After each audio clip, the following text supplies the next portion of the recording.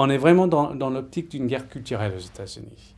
Et d'un côté, on a les Kanye West, d'un autre côté, on a les Taylor Swift, mais ils sont tous les deux des soldats dans cette guerre. On est dans un contexte, on pourrait dire presque de révolution culturelle aux États-Unis. Il y a un tel clivage entre deux Amériques qui s'affrontent politiquement mais aussi culturellement. L'Amérique de Trump qui est en général blanc, âgé, plutôt mâle. L'Amérique des démocrates qui représente la diversité aux États-Unis, des Noirs, des Hispaniques, les jeunes. Et ces deux Amériques font face sur la scène politique mais aussi sur la scène culturelle.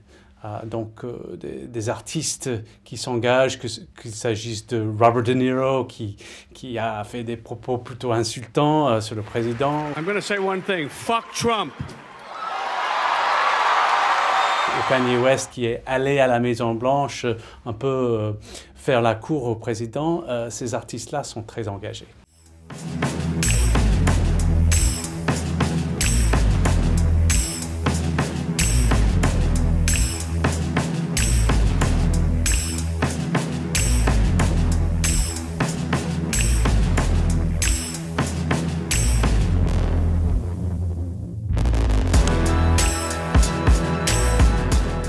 Par exemple, Taylor Swift, elle est de Tennessee. Quand elle a lancé son premier engagement public politique, qui a été retentissant aux États-Unis,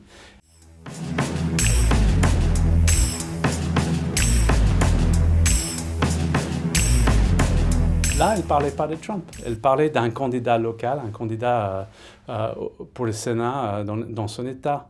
Et si elle peut mobiliser les jeunes à voter, et c'est certainement le cas, les gens ont pris note de son engagement, ces jeunes-là, ils vont certainement voter dans le Tennessee et peut-être dans d'autres États aussi, et ça pourrait vraiment changer la donne.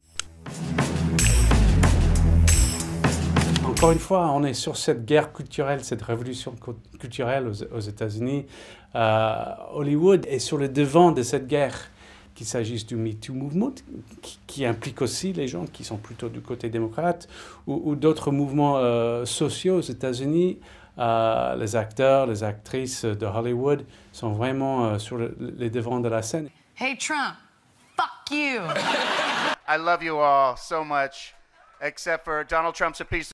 Et je ne pense pas que ce soit un hasard, par exemple, que parmi les colis piégés qui ont été envoyés à des personnalités démocrates, Robert De Niro en a reçu un.